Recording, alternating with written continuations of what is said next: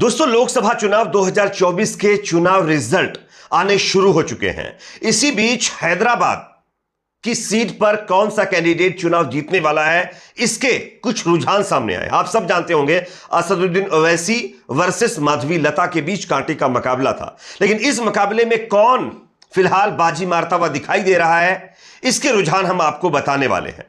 उससे पहले एक और बड़ी खबर ईवीएम को लेकर सामने आ रही है। कांग्रेस पार्टी के नेता भूपेश बघेल ने विद प्रूफ ईवीएम धांधली को लेकर के बड़ा आरोप लगाया। उन्होंने किस तरीके से आगे, इसके भी कुछ हम आपको सबूत दिखाएंगे। उससे पहले अगर आप भी चाहते हैं दोस्तों लोकसभा चुनाव 2024 की काउंटिंग निष्पक्ष तरीके से चलनी चाहिए, तो कमेंट सेक्शन में अपना इस पर फीडबैक, अपनी राय जरूर रखिए और चैनल पर नए तो सब्सक्राइब जरूर कर लीजिए। बात करेंगे पहली खबर की। आप सब जानते हैं लोकसभा चुनाव 2024 के चुनाव रिजल्ट आने शुरू हो चुके हैं। लेकिन इसी बीच माधवी लता वर्सेस असदुद्दीन ओवैसी हैदराबाद सीट पर किस कैंडिडेट का पलड़ा भारी है, इसको लेकर के लगातार लोगों के मन में सवाल था।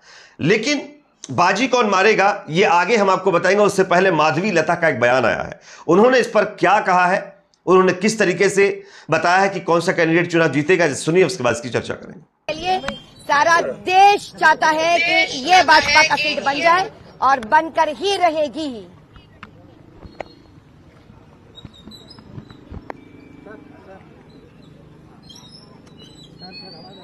जी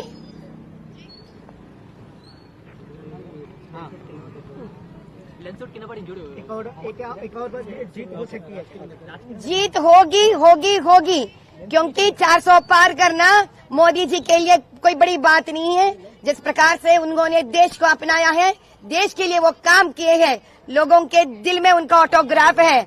जो वोट दबा है वो दिल से दबा है मोदी जी के लिए।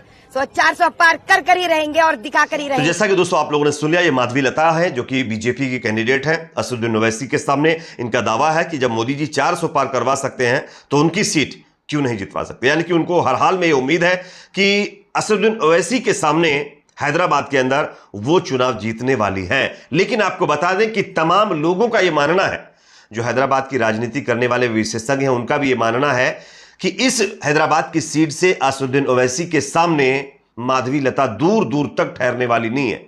असदुद्दीन ओवैसी इस सीट पर चुनाव जीतेंगे, ये तमाम राजनीतिक चाणक्यों का मानना है। देखना है लास्ट में रुझान क्या आता है, रिजल्ट क्या आता है। साथ ही साथ यहां पर ईवीएम को लेकर एक और नया विवाद खड़ा हो गया है। कांग्रेस पार्टी के नेता भूपेश बघेल ने विद प्रूफ ईवीएम को लेकर के सवाल खड़े किए।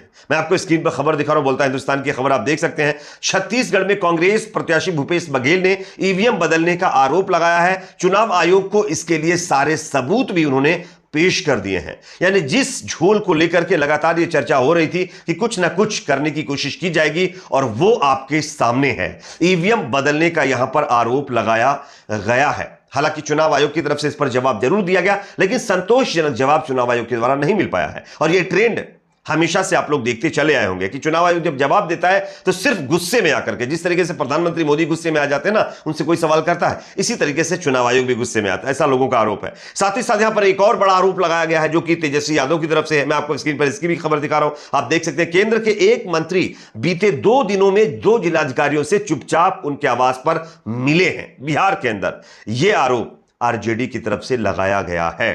देखना है आज शाम तक चुनाव के नतीजे क्या आते हैं। फिलहाल तो रुझान आने शुरू हो चुके हैं। इस पर आपकी क्या राय, कमेंट सेक्शन में बताएं। मीडिया स्टोरी न्यूज़ को सब्सक्राइब करें।